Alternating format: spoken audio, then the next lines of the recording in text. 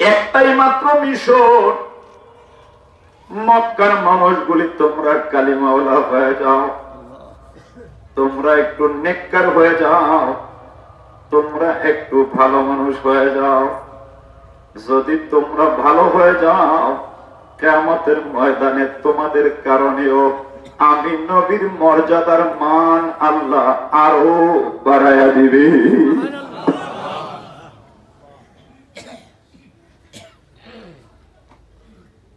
পয়গম্বরের এই দায়িত্ব আদায় করেন উম্মতের উলামায়ে কেরাম। নিছক আলেম হওয়ার পরে তার দ্বারা যদি উম্মতের ফিকির দিলের মধ্যে না থাকে, এটা মরা মৌলবী, এর দ্বারা উম্মতের লাভ হয়। আপনার দরজায় ভিক্ষা করে চাইয়া চিন্তায় পয়সা নিয়ে, আপনার জমি বরাদ্দ নিয়ে মাদ্রাসা বানাইয়া আপনার পোলারে হাফেজ আলেম বানানো মৌলবীর দরকারটা কি? বলে একটা জায়গায় দরকার, রাসূলুল্লাহ এই দায়িত্ব উম্মতের মৌলবীর কাঁধে দেন। এই দায়িত্ব আদায় করে বিধায় কিয়ামত পর্যন্ত ইসলামের কোন অংশ দুর্বল হবে না, এভাবেই চলতে থাকবে। কথা ঠিক কিনা বলেন? এজন্য মেম্বারে দাঁড়াইলে মসজিদের ইমাম সুদের বিরুদ্ধে বলেন, মেম্বারে দাঁড়াইয়া প্রথম মিথ্যার বিরুদ্ধে বলে, মেম্বারে দাঁড়াইলেই আপনার পারিবারিক বক্তব্যটা তার জবানে আইসা যায়। একটাই মাত্র চিন্তা, এই হক কথা বলার মতো মসজিদের মেম্বার ছাড়া হেদায়েতের জন্য আর কোন উন্মুক্ত জায়গা নাই। এই জায়গায় যদি পাবন্দি আইসা যায়, এই জায়গাটা যদি বন্ধ হয়ে যায়, ওই জায়গা যদি কমিটির কারণে ইমামের স্বাধীনতা দুর্বল হয়ে যায়, তখন ওই জায়গাটার কারণে আর উম্মাত সঠিক পথটা পাবে না।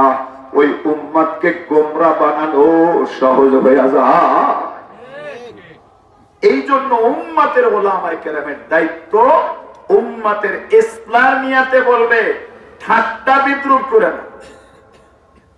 আমাদের কিছু আলেম আছে পড়ালেখা ভালোই করছে অথবা করেই নেই, যে কোনো কারণে কোনো দায়িত্ব পেয়েছে, কথাবার্তা ঢং এরকম যাতে উম্মত আরো সরে আলাদা হয়।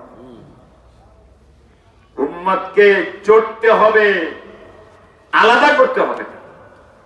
বুকের মধ্যে জড়াইয়া মোহাব্বত লাগাইয়া যদি গালের মধ্যে থাপ্পড় লাগাও, কইবে মৌলবীরা। এখানে অনেক মসজিদের ইমাম খতিবরা দূর থেকে শুনছেন, মঞ্চেও থাকতে পারে। রাসূলুল্লাহ সাল্লাল্লাহু আলাইহি ওয়াসাল্লামকে রব নির্দেশ দিয়েছেন, ওয়াকুলু কাওলাল লাইয়িনা। হযরত মুসা আলাইহিস সালাম যখন ফেরাউনের মতো দাজ্জাল কাফেরের বিরুদ্ধে দাওয়াতের জন্য গেছে, তো আল্লাহ রাব্বুল আলামিন বলেন, ওয়াকুলা, এই মুসা, এই হারুন, মুসা তোমার তো রাগ কম না, ওখানে যে ফেরাউনের লাগে কর্কশ ভাষায় কথা কয় না, ওয়াকুলা কাওলাল লাইয়িনা, নরম ভাষায় দাওয়াত দিও। কারণ দাওয়াতের মূল পদ্ধতি হলো নরমিয়তের সাথে বলতে হবে, যাতে উম্মতের দিলের মধ্যে দাগ কাইটা চোখের পানি ভলায়া আল্লাহ বলা হয়ে যায়।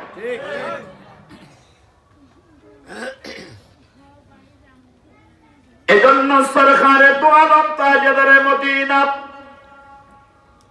মুহাম্মাদুর রাসূলুল্লাহ সাল্লাল্লাহু আলাইহি ওয়াসাল্লামকে আসমান ওয়ালার নির্দেশ দিলেন, এই বন্ধু, আপনার পক্ষে যারা আছে, আপনার আত্মীয় স্বজন যারা আছে, ওদেরকে প্রথম ইসলামের দাওয়াত দেন।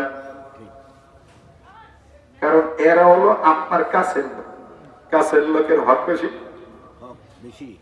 নাকি বলেন?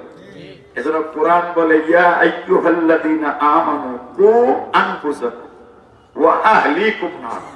নিজে জাহান্নাম থেকে বাঁচো, তোমার ছেলে সন্তানকেও জাহান্নাম থেকে বাঁচাও। একা একা জাহান্নাম থেকে পাইছো না, তাহলে ওই ছেলে সন্তানের দায়িত্ব না আদায় করার অপরাধে তুমি জান্নাতি হইয়াও কিয়ামতের ময়দানে জাহান্নামে জ্বলতে হবে। এজন্য পয়গম্বর ঈসা নবী আল্লাহর কাছে জন্মের পরে দোয়া করলেন, ওয়াসসালামু ইয়াউমা উলিদতু ওয়া ইয়াউমা আমুতু ওয়া ইয়াউমা উবআতু হাইয়া। বন্ধুরে, পৃথিবীর মধ্যে আপনি আমাকে এমন সুন্দর একটা জন্ম দিলেন, বাপ আমার নাই, তারপরও আপনি আমাকে শান্তির সালামতের জন্ম দান করছেন। গাছের নিচে আমার মা বসা, আর পাহাড়ের পাদদেশ থেকে পানি চালু হয়ে যায়, মরা খেজুর গাছে খেজুর আইসা যায়। ও বন্ধু, মা নাড়া দেয় আর খেজুরটা পড়তে থাকে। ডাক্তার কবিরাজ নাই, নার্স হাসপাতালের দরকার হয় নাই। আমি ঈসা নবীকে বাপ সারা মরুর চত্বরের মধ্যে আপনি ল্যাংড়া লুলা বানান নাই, পরিপূর্ণ নিরাপত্তা দিয়া সালামতির একটা জন্ম আমাকে দিলেন। বন্ধু গো, সালামতির জন্ম আপনি দান করছেন, এজন্য আপনার কাছে আমি দোয়া করি, আসসালামু আলাইয়া ইয়াউমা উলিদতু। এই নিরাপত্তার জন্ম আপনি আমাকে দান করলেন, হায়াতটা আপনি সালামতির হায়াত দান। ওয়া ইয়াউমা আমুতু, শুধুমাত্র হায়াত আর জন্ম সালামতের দিয়েন না, মৃত্যুটা আপনি সালামতের দিয়েন। ওয়া ইয়াউমা ইবআতু হাইয়া, যখন পুনরায় আপনার দরবারে উঠব গো বন্ধু, ওই দিনও আপনি আমাকে নিরাপত্তা ভাবে উঠাইয়েন, যাতে করে জাহান্নামী হইয়া হাসরের ময়দানে দাঁড়াইতে না হয়।